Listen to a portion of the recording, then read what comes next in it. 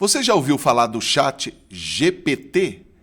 Pois é, eu acessei esses dias e resolvi fazer a seguinte pergunta: quais são as maiores dúvidas a respeito do cultivo de orquídeas? E você não há de ver que ele me deu 10 possibilidades? Pois é, hoje eu vou responder 5 dessas possibilidades para que o vídeo não fique muito longo. Fique aí que eu vou te mostrar quais foram as maiores dúvidas.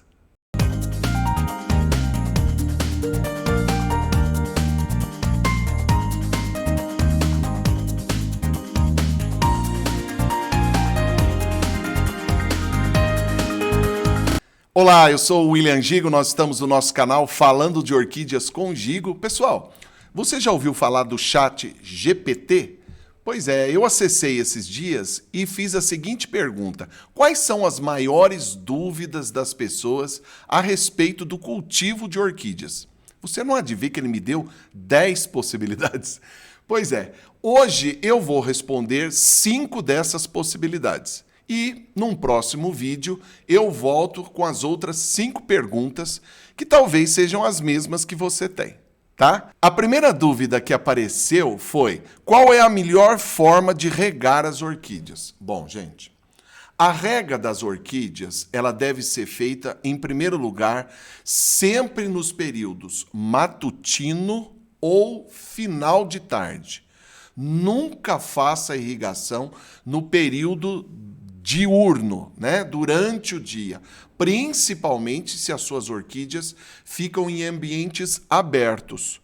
Se as suas orquídeas ficarem em lugares cobertos, por exemplo, ficarem dentro de casa, aí, qualquer momento, você pode fazer a irrigação, não tem problema.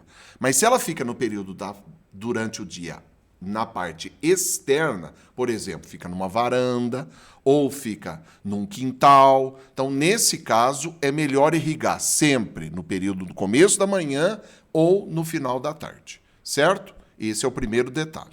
Segundo detalhe que você precisa se preocupar: como irrigar? Orquídea, gente, a gente não faz o mesmo procedimento que se faz, por exemplo, com uma samambaia, onde você vai e enche de água.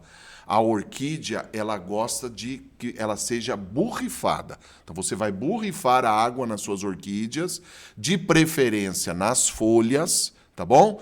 Molhe bem o substrato, mas veja se ele está escorrendo bem aquela água. Ele tem que ficar um pouco úmido, mas ele não pode ficar encharcado. Então, tem que ser um bom plantio para saber se ele está tendo um bom escoamento de água. Se ficar empoçado, a possibilidade da raiz apodrecer é muito grande. Então, esse é o detalhe. Quantas vezes, William? Bom, aí vai numa frequência dependendo da variedade. Geralmente, como eu tenho muitas variedades de orquídeas, eu faço essa rega um dia sim, um dia não.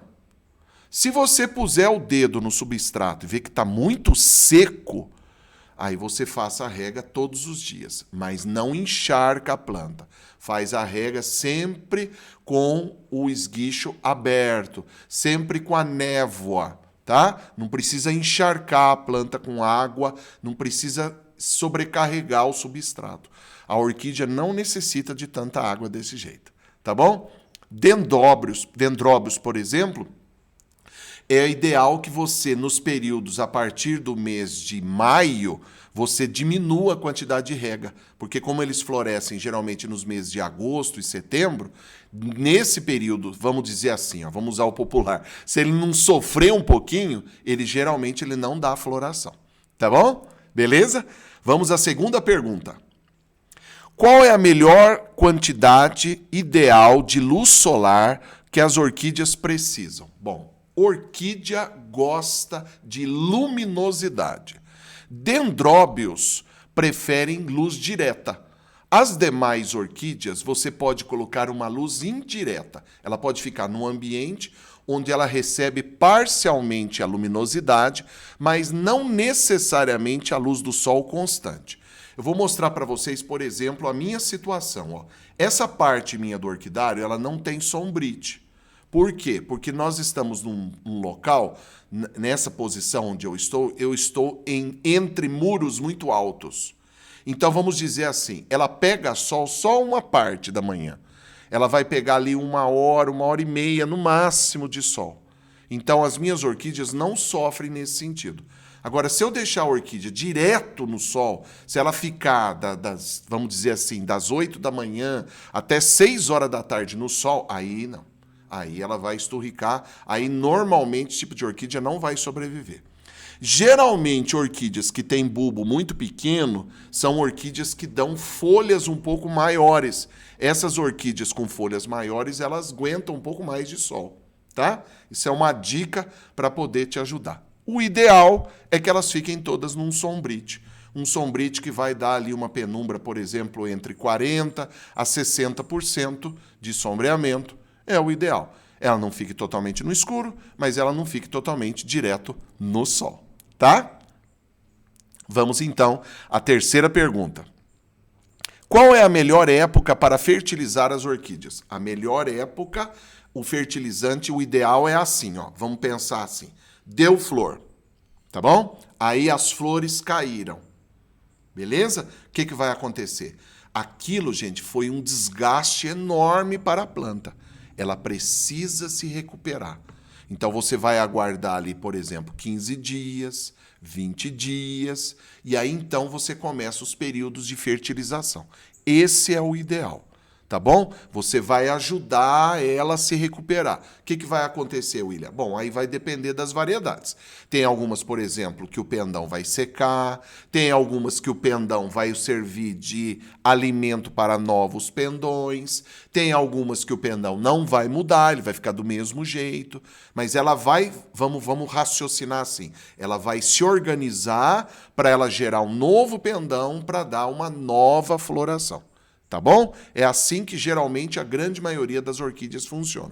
Então, nesse período que eu te falei, são os períodos que você deve pensar nos períodos de fertilização.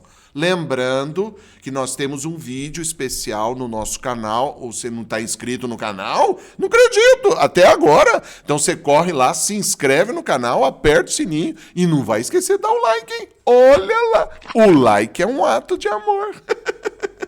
No nosso canal tem um vídeo específico para fertilizantes. Eu explico para você o que significa as siglas NPK e com qual tipo de fertilizante que você compra para cada época. Especificamente para enraizamento, para o desenvolvimento do pendão e para o período de floração. Tá bom? Vamos então à quarta pergunta. Como prevenir e tratar pragas e doenças nas orquídeas? A prevenção é o momento em que você joga produtos como, por exemplo, o NIM para eliminar pragas, tá? Essa é uma maneira. Outra coisa também, formiga.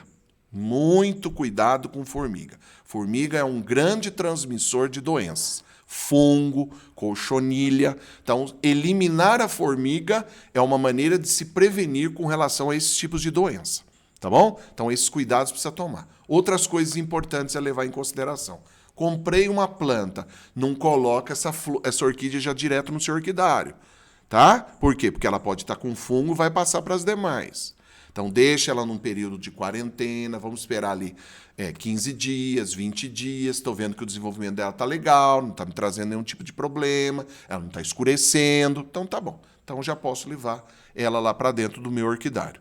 Tá? Isso são maneiras de você se prevenir, maneiras de evitar com que essas doenças acabem invadindo. Agora, especificamente, cada tipo de doença, nós temos vídeos específicos aí no nosso canal para poder te ajudar, tá bom? Não deixe aí de nos seguir. Quinta pergunta. Como realizar a poda da forma correta? Bom, primeiro detalhe importantíssimo para pensar em cortar a orquídea: esterilizar a ferramenta. Esse é o ponto mais importante, tá bom? Sempre colocar a ferramenta no fogo. Você que segue a gente aqui no canal sabe muito bem que antes de eu usar a ferramenta, eu sempre ponho ela no fogo. Para quê? Para matar qualquer tipo de praga que esteja no próprio ferramental. Porque quando você vai cortar a planta, a possibilidade de você levar fungo de uma para outra é muito grande. Ah, mas a minha orquídea está bonita, não está com nenhum tipo de problema. Existe a possibilidade dela estar com fungo? Existe. Existe a possibilidade dela estar com ácaro e você não está vendo. Tá bom? Então você leva ela a ferramenta de uma planta para outra e acaba contaminando. a possibilidade dela morrer é muito grande. Então tem que tomar muito cuidado. Cortar a orquídea, sempre corta, sempre contando 3 bulbos e faz a poda. Sempre conta 3 bulbos e faz a poda. Quando você fizer a poda, o que tem que passar em todos os pontos que eu sempre falo aqui no canal? Canela, certo? Vai passar canela. Canela serve como fertilizante? Não. Canela serve como cicatrizante. Fertilizante, não. Ela vai te ajudar com que a planta cicatrize. Tem pessoas que preferem trabalhar com produtos derivados de abelha, produtos derivados de mel. O William não gosta. Tá? O William não gosta. Por quê, William? Porque eu acho que isso atrai muita formiga. Eu prefiro não trabalhar. Prefiro a canela, que me causa menos tipo de problemas. Pode trazer formiga? Claro que pode. A formiga está presente em todos os lugares. Mas, em termos dos produtos derivados de mel, de abelha, eu prefiro trabalhar com a canela, em vez de trabalhar com produtos de outra origem. Tá bom? É isso. Basicamente, eu acho que aí resolvi 5 perguntinhas aí que te ajudaram, que o chat GPT colocou aí como possibilidades de dúvidas do pessoal. Tá bom? Te ajudou? Coloca aí nos comentários se você tem alguma dúvida. Eu vou fazer um segundo vídeo com as outras 5 perguntas. Se você tiver alguma coisa que não foi resolvida, coloca aí nos comentários que eu consigo te ajudar. Tá bom? Era isso. Espero que vocês estejam gostando. Não deixe de se inscrever, de apertar o sininho. Não vai esquecer de dar um like, hein? Olha lá. O like é um ato de amor, hein? E não deixe de nos seguir nas redes sociais. Toda vez que floresce, eu sempre coloco lá para vocês. Tá bom, gente? Era isso. Fiquem todos com Deus. Um grande abraço. Até a próxima.